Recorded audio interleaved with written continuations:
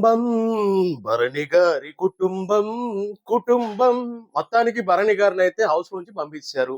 భరణి గారిది unfair elimination అని చెప్పి అంటున్నారు. అయితే భరణి గారు హౌస్ నుండి వెళ్ళిపోవడం పట్ల మీ అభిప్రాయం ఏంటి? ఇమ్మాన్యుయల్ తనకున్న పవర్‌ని వాడి భరణిని సేవ్ చేయొచ్చు. కానీ ఎందుకు చేయలేదు? ఇమ్మాన్యుయల్ కన్నింగ్‌గా ఆడుతున్నాడా? సేఫ్‌గా ఆడుతున్నాడా? లేకపోతే అసలేంటి? భరణి బాండింగ్ వల్లే వెళ్ళిపోయాడా?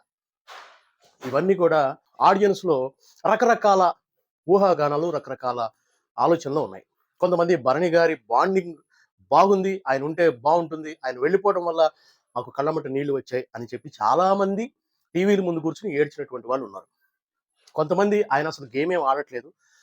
ఎంతసేపు ఆ పాటలు భరణి గారి కుటుంబం ఈ లెక్కలోనే ఉంటున్నారు. ఆయన గేమ్ ఆయన ఆడుకోకుండా పక్కన వాళ్ళని సేవ్ చేయాలని తనూజ, దివ్య వీళ్ళిద్దరి మధ్యనే నలిగిపోతూ ఉంటున్నారు కాబట్టి ఆయన సరిగ్గా గేమ్ ఆడట్లేదని రకరకాలుగా అంటున్నారు.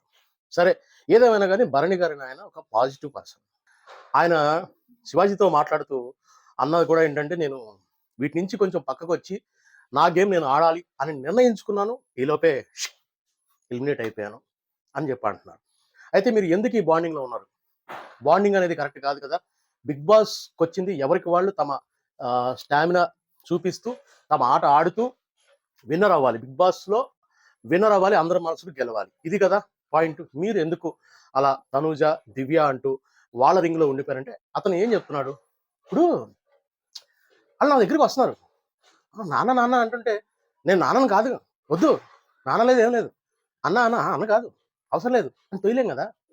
అని చెప్పి ఆయన అంటున్నారు. చాలామంది ఫస్ట్‌లో ఆయన్ని టార్గెట్ చేసినప్పుడు ఒక దివ్య వచ్చి తన పక్కన భరణి గారి పక్కన నిలబడి సపోర్ట్ చేసింది. సో, ఆ కన్సర్న్ ఉంది. కాబట్టి ఎవరో ఒకళ్ళకి తన బాధ చెప్పుకోవాలి. నా ఎమోషన్స్ కూడా అందరూ నా దగ్గరికి వచ్చి చెప్పుకుంటున్నారు. నేను కూడా ఎవరో ఒకళ్ళ దగ్గరికెళ్ళి చెప్పుకోవాలి అన్న ఉద్దేశంతో భరణి గారు అలా దివ్య, అటు తనూజ వీళ్ళతో ఒక బాండింగ్‌లో ఉన్నారు. అయితే ఇదంతా పక్కన పెడితే ఇమ్మాన్యుయల్ ఫస్ట్ నుండి కూడా భరణి అన్న, భరణన్న, అన్న భరణన్న అసలు ఈ హౌస్‌లో అసలు ఎవరికన్నా మంచి మనిషి ఉన్నారంటే అది నువ్వేనన్నా. ఏదన్నా మంచున్నా, ఏదున్నా చెప్పుకోవడం నీ దగ్గరే చెప్పుకుంటాను నువ్వేనన్నా అని చెప్పి అన్నాడు ఇమాన్యుయల్. ఇమాన్యుయల్ చాలా తెలివిగా ఆడుతున్నాడు. ఎక్కడ కూడా ఇద్దరు గొడవ పడుతుంటే వెళ్ళి ఈ మధ్యలోకి వెళ్ళి ఆ గొడవని మధ్యలో ఆపే ప్రయత్నం చేయట్లేదు, మాట్లాడట్లేదు, రేజ్ అవ్వట్లేదు, పక్కన నుంచుంటున్నాడు, సేఫ్ గేమ్ ఆడుతున్నాడు. అందరినీ ఎంటర్టైన్మెంట్ చేస్తున్నాడు, నవ్విస్తున్నాడు. 1, 2, 3 నారాయణ సంచలనం అని చెప్పి ఈ నారాయణ యాడ్ మాత్రం బాగా బాగా చేసి అందరి దృష్టిలో మంచిగా ఉంటున్నాడు. అయితే ఇక్కడ చాలా మందికి అనిపించేది రాము కన్నా భరణి మీద కొంచెం పాజిటివ్ ఇది ఉంది. అయితే బాండింగ్ అనే ఒక వీక్నెస్ పక్కన పెడితే మిగతా విషయాల్లో భరణి మీద కొంచెం అందరికీ ఒక మంచి అభిప్రాయం ఉంది. అయితే రాముని సేఫ్ చేయాలని అనుకుని భరణిని ఎందుకు టార్గెట్ చేశాడు? భరణి ఒక స్ట్రాంగ్ కంటెస్టెంట్ కాబట్టి రేపొద్దున భరణి హౌస్‌లో ఉంటే బిగ్ బాస్ టాప్ 5లోకి వెళ్ళేటువంటి అవకాశం ఉంటే తను పోటీ వస్తాడు కాబట్టి భరణిని పక్కకు తప్పిస్తే రాము లాంటి వాళ్ళు ఎలాగో నెక్స్ట్ వీకో ఆ నెక్స్ట్ వీకో వెళ్ళిపోతారు కాబట్టి సేఫ్ జోన్‌లో గేమ్‌లో ముందుకు వెళ్ళాలి అనే ఆలోచనతో ఇమాన్యుయల్ ఉన్నట్లుగా కనిపిస్తుంది. అదే భరణి ఇప్పుడు సంజన గారు అర్ధరాత్రి పూట ఎలిమినేట్ అయిపోయారు. ఆమెని సేవ్ చేయాలి, కాపాడాలంటే ఏదో కొన్ని సాక్రిఫైస్ చేసి వారిని హౌస్‌మేట్స్ అందరూ కూడా రప్పించాలి అని కొన్ని కొన్ని అడిగితే ఆయన అదే 27థ్ చూపించాలి అని అనుకున్నారు. అది కూడా ఓపెన్ చేసి లాకెట్ అది చూపించారు. ఇలాంటి విషయాల్లో భరణి గారు అవతల వాళ్ళ కోసం ఉంటారు. ఆయన కోసం మాత్రం ఎవరు లేరు అనేది నిన్న తెలిసిపోయింది. వైల్డ్ కార్డ్ ఎంట్రీలో వచ్చినటువంటి కొత్త కొత్త వాళ్ళందరూ కూడా భరణిని టార్గెట్ చేసి భరణిని పంపించాలి అని టార్గెట్ చేస్తున్నారు.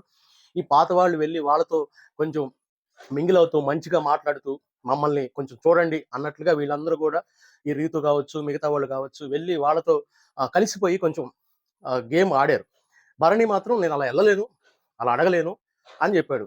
అయితే ఇమ్మాన్యుయల్ ఫస్ట్ నుంచి కూడా అన్న నువ్వంటే నాకు ఇష్టం అన్న అని అంటున్నాడు కాబట్టి ఇమ్మాన్యుయల్‌తో అన్నాడు. నాకు ఏదైనా ఆపద పరిస్థితి వస్తే నువ్వు నన్ను రక్షిస్తావా అని అడిగాడు.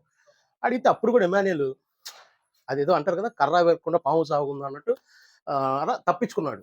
సో ఛాన్స్ వచ్చింది ఇమాన్యుయల్ తన పవర్‌ని వాడుకున్నాడు. భరణిని తప్పించేద్దాం, ముందుకు వెళ్ళిపోదాం అనుకున్నాడు. తన గేమ్ తను ఆడుతున్నాడు. ఆహ్, ఇందులో మనం కన్నింగ్ అనుకోవడానికి కూడా ఏమి లేదు. యాక్చువల్‌గా అయితే అవకాశం వచ్చినప్పుడు దెబ్బ కొట్టాలి అన్న పాయింట్‌ని ఇమాన్యుయల్ బాగా ఇచ్చేసాడు. కాకపోతే ఇమాన్యుయల్‌కి ఇది మరి ప్లస్ అయిద్దో, మైనస్ అవుద్దో చూడాలి. అంటే రేపొద్దున ఇంకొకళ్ళు ఎవరికి తన గేమ్ తను ఆడతాడు. తను ఎంటర్‌టైన్ చేస్తాడు. తన గేమ్ తను ఆడుకుంటూ ఎళ్తాడు. ఏ నిమిషానైనా సరే తనకి ఆపోజిట్ బలంగా ఉన్నారు అనుకున్న వాళ్ళని తప్పించుకుంటూ ముందుకెళ్ళిపోవాలనే స్ట్రాటజీలో ఇమాన్యుయల్ ఉన్నట్టు క్లియర్‌గా అర్థమవుతుంది. ఇది మిగతా వాళ్ళు కనిపెట్టి మరి ఎలా ఉంటారో చూడాలి. మరి పబ్లిక్ ఓటేసేవాళ్ళు కూడా ఎలా ఉంటారో చూడాలి. అయితే భరణి గారి బాండింగ్ నచ్చలేదు అంటే తండ్రి కూతురుగా ఉన్నారు. అందులో ఏం లేదు. లవర్స్‌గా లేదు. ఇప్పుడు 'రీతు, డిమాండ్ పవన్' లాగా అయితే లేరు కదా! రాసుకొని, పూసుకొని, ఎకిల్ నవ్వులు నవ్వుకుంటే ఇట్లయితే లేరు కదా! అట్లా ఉన్నారు. సో, అది వాళ్ళకి నచ్చకపోవచ్చు.